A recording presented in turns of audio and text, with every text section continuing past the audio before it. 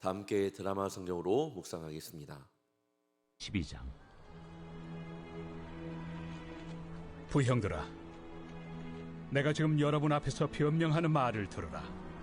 그들이 그가 히브리 말로 말함을 듣고 더욱 조용한지라 이어 이르되, 나는 유대인으로 길리기아 다소에서 낳았고 이 성에서 자라 가말리엘의 문화에서 우리 조상들의 율법의 엄한 교훈을 받았고 오늘 너희 모든 사람처럼 하나님께 대하여 열심히 있는 자라.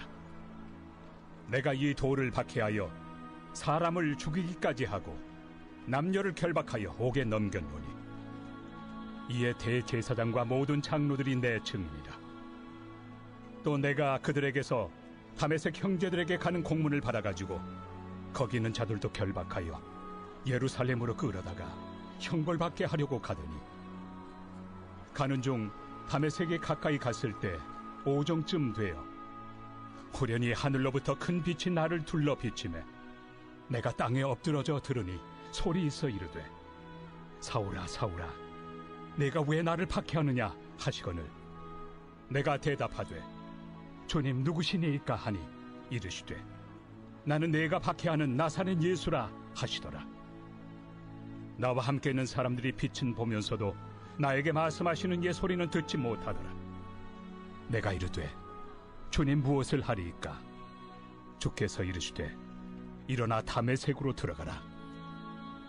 내가 해야 할 모든 것을 거기서 누가 이르리라 하시거늘 나는 그 빛의 광채로 말미암아 볼 수 없게 되었으므로 나와 함께 있는 사람들의 손에 끌려 다메섹에 들어갔노라.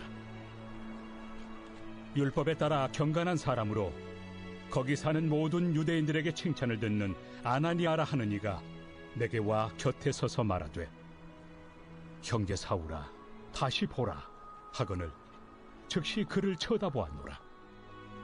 그가 또 이르되, 우리 조상들의 하나님이 너를 택하여 너로 하여금 자기 뜻을 알게 하시며 그 의인을 보게 하시고 그 입에서 나오는 음성을 듣게 하셨으니 내가 그를 위하여 모든 사람 앞에서 내가 보고 들은 것의 증인이 되리라.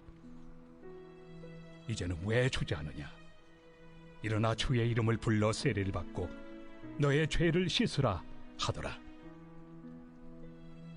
후에 내가 예루살렘으로 돌아와서 성전에서 기도할 때 황홀한 중에 봄에 주께서 내게 말씀하시되, 속히 예루살렘에서 나가라. 그들은 내가 내게 대하여 증언하는 말을 듣지 아니하리라 하시거늘 내가 말하기를, 주님 내가 주를 믿는 사람들을 가두고 또 각 회당에서 때리고 또 주의 증인 스데반이 피를 흘릴 때에 내가 곁에 서서 찬성하고 그 죽이는 사람들의 옷을 지킨 줄 그들도 아나이다. 나더러 또 이르시되, 떠나가라. 내가 너를 멀리 이방인에게로 보내리라 하셨느니라.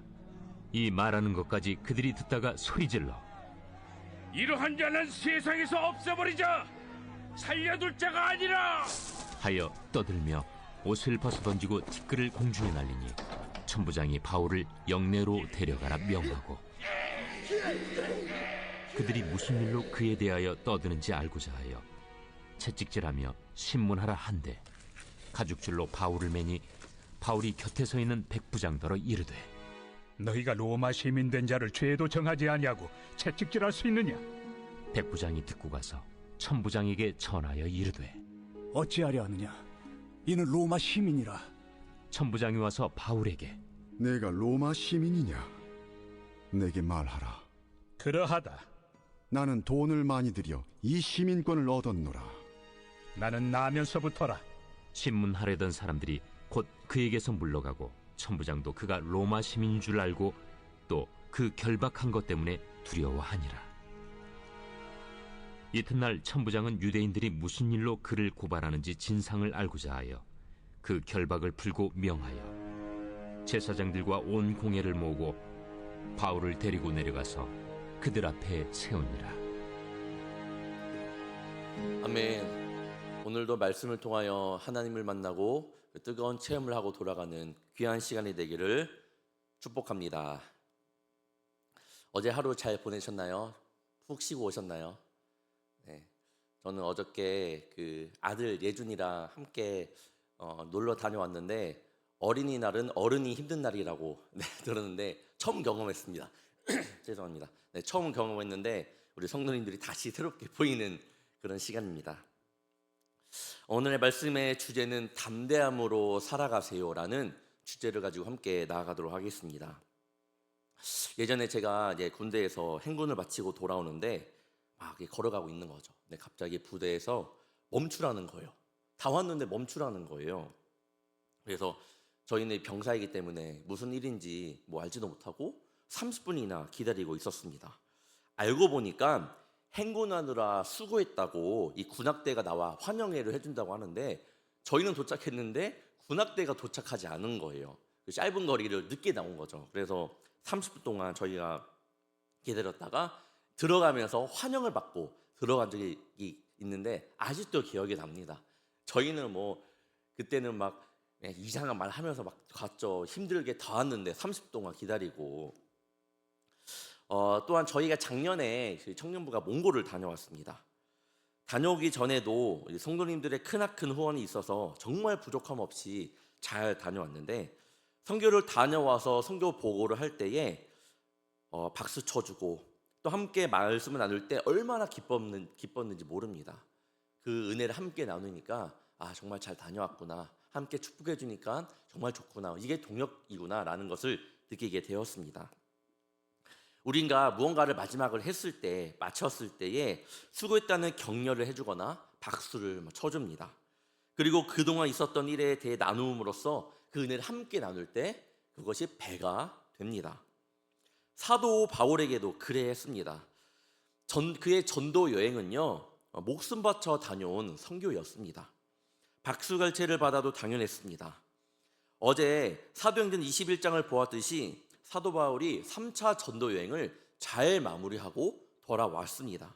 그런데 돌아오자마자 사도 바울에게 있었던 일은 무엇이었나요? 바로 거짓 고소를 당한 일이었습니다. 박수갈채가 아니라 격려했다라는 수고의 한마디가 아니라 거짓 고소를 당했습니다. 어떤 거짓 고소였나요? 사도 바울이 모세를 배반했다라는 그런 이야기가 돌았습니다. 유대인의 간습을 지키지 말라고 했다고 사도 바울이 그렇게 했다고 막 소문이 퍼졌습니다. 그가 또한 성전을 비방하였고 할례를 행하지 말라고 했다고, 백성과 율법을 비방했고 마지막으로 이방인을 데리고 거룩한 성전을 더럽혔다고 막 이야기를 했습니다. 얼마나 억울할까요? 그리고 얼마나 마음이 아팠을까요?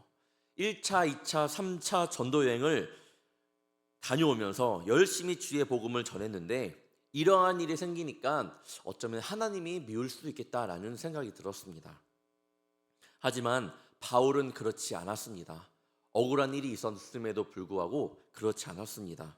그는 하나님의 은혜에 사로잡힌 자였고 담대히 나아갔습니다. 무엇보다 사도 바울은요, 어저께 말씀을 통해 들으셨겠지만 예루살렘으로 향할 때에 이러한 일이 있을 것이라고 이미 알고 있었습니다. 먼저 어제 말씀을 보면요, 바울이 예루살렘으로 가는 도중에 성령의 감동을 받은 제자들이 바울에게 예루살렘 성으로 가지 말라라고 이야기를 했습니다. 가이사라에서 아가보 선지자의 예언이 있었죠.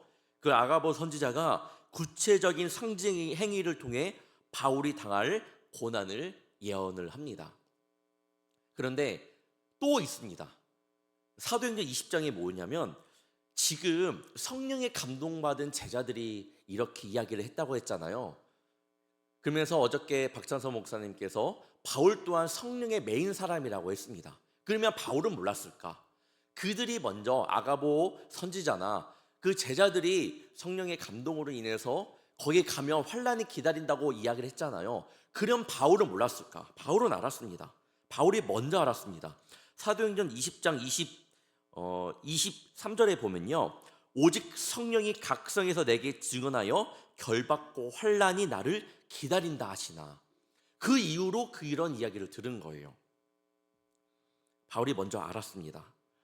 하지만 바울은 예루살렘에 들어갑니다. 아니, 들어가야만 했습니다.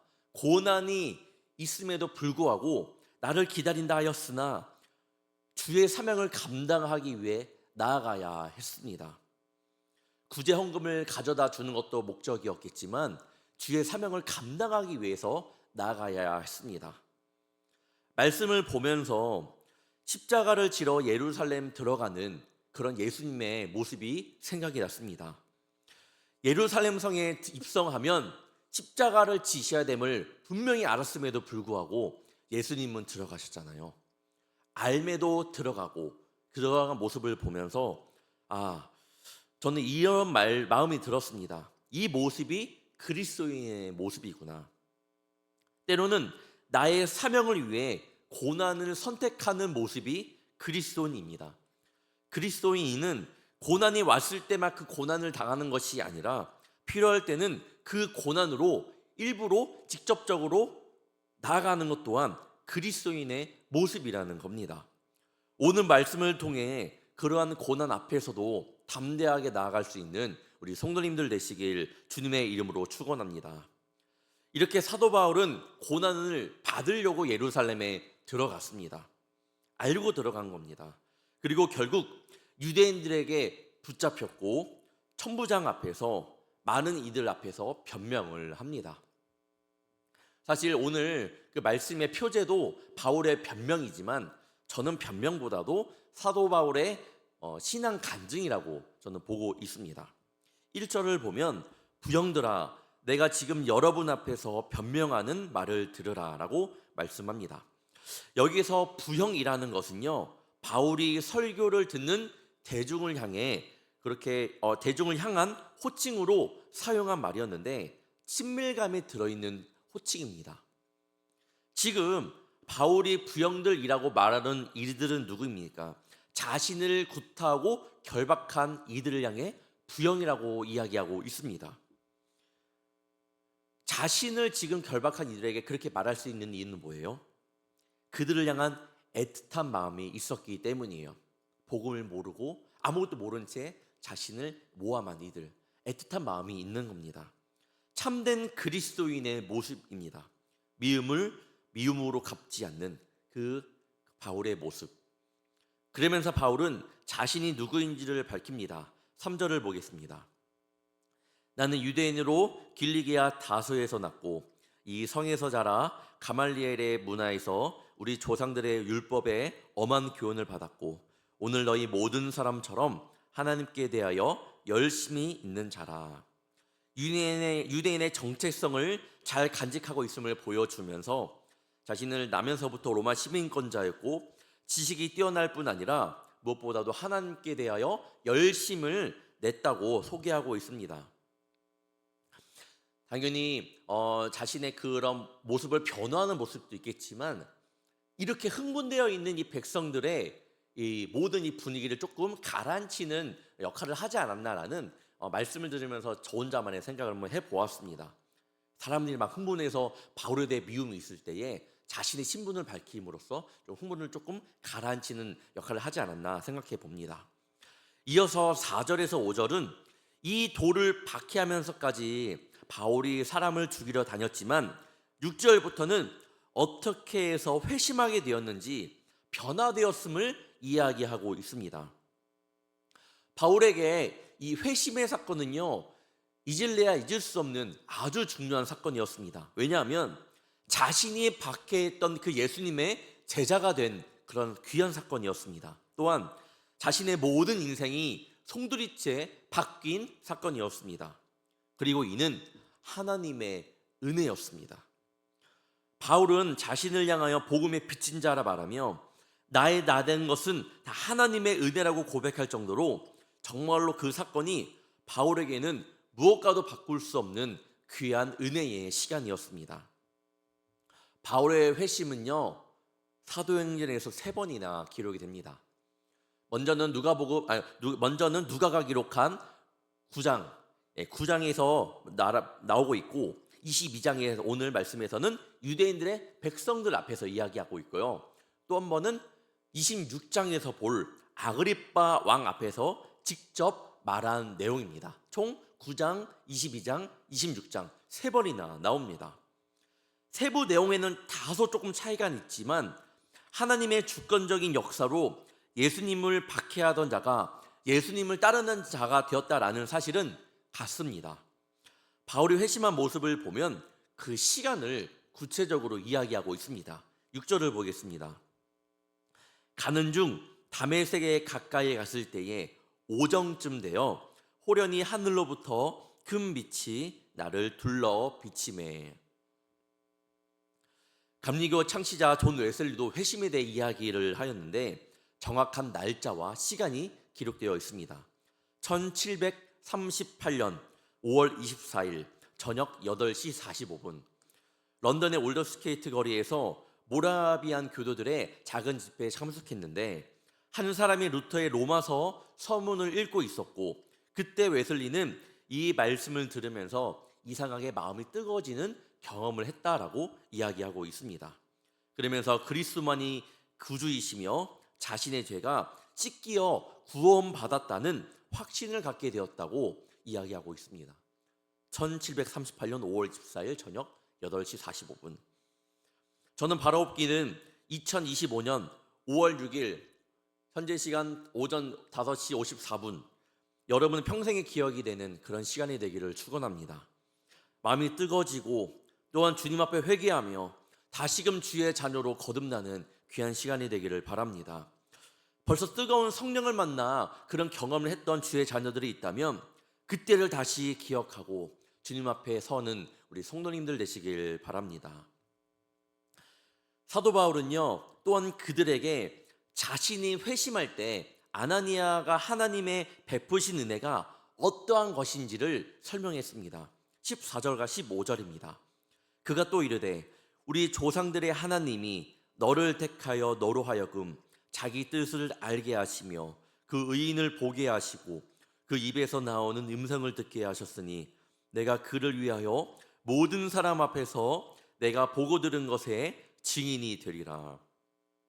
하나님께서 바울에게 베푸신 은혜가 4가지가 있습니다.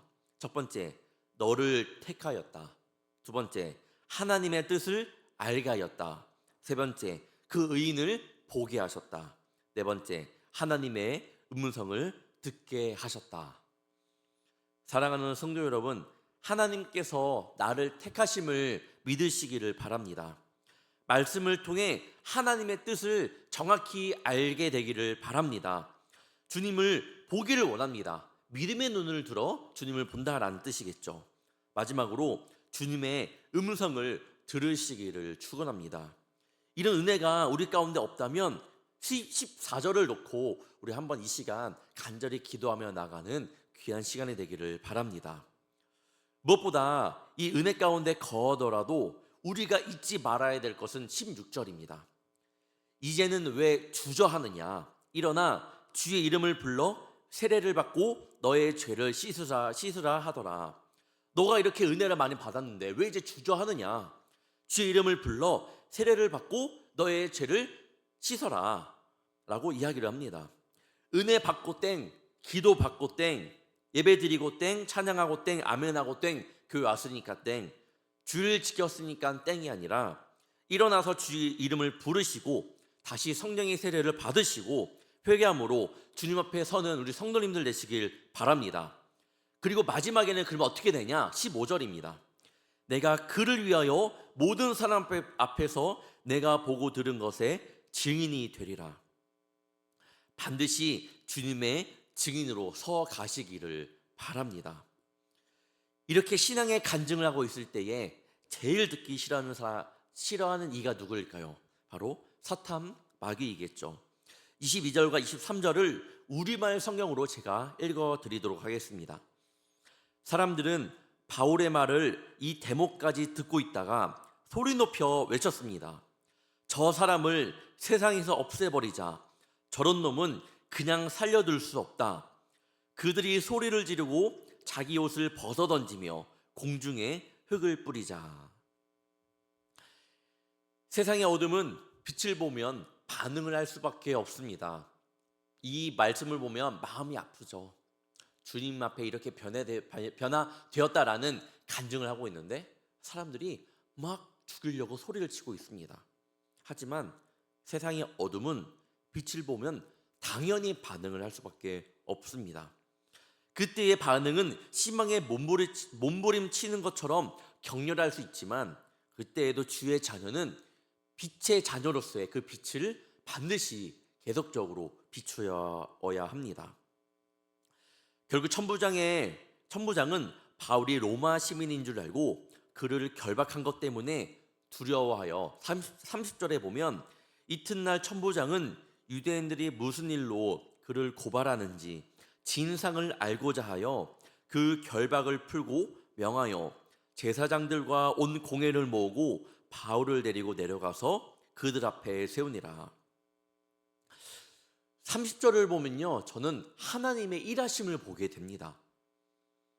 사도행전 22장의 장소와 그 청중의 범위가요 22장 30절부터 달라집니다. 무슨 말이냐? 처음에는요 성전 마당에서 일반 백성을 상대로 바울은 자신을 변호하고 있는 거예요. 22장이 지금 그런 거예요. 일반 백성들을 향해서 자신을 변호 또한 신앙의 간증을 하고 있습니다. 그런데 22장 30절부터 시작되는 걸 보면요, 유대교의 최고 종교 권위 기구인 공회 앞에서 공식적인 신문을 받게 됩니다. 그때 당시에는 이런 상황을 맞이하는 누군가는 일이 커졌네, 바울이 이제 죽었네, 그렇게 높은 곳 공회 앞에서 신문을 받는다고 이제 큰일 났구나 라고 생각할 수 있겠지만 믿음의 눈으로 보았을 때는 굉장한 기회입니다. 공식적으로 많은 사람들 앞에서, 더 권력 있는 사람들 앞에서 주님을 전할 수 있는 기회가 생긴 겁니다. 바울은요 계속해서 두렵지 않았습니다.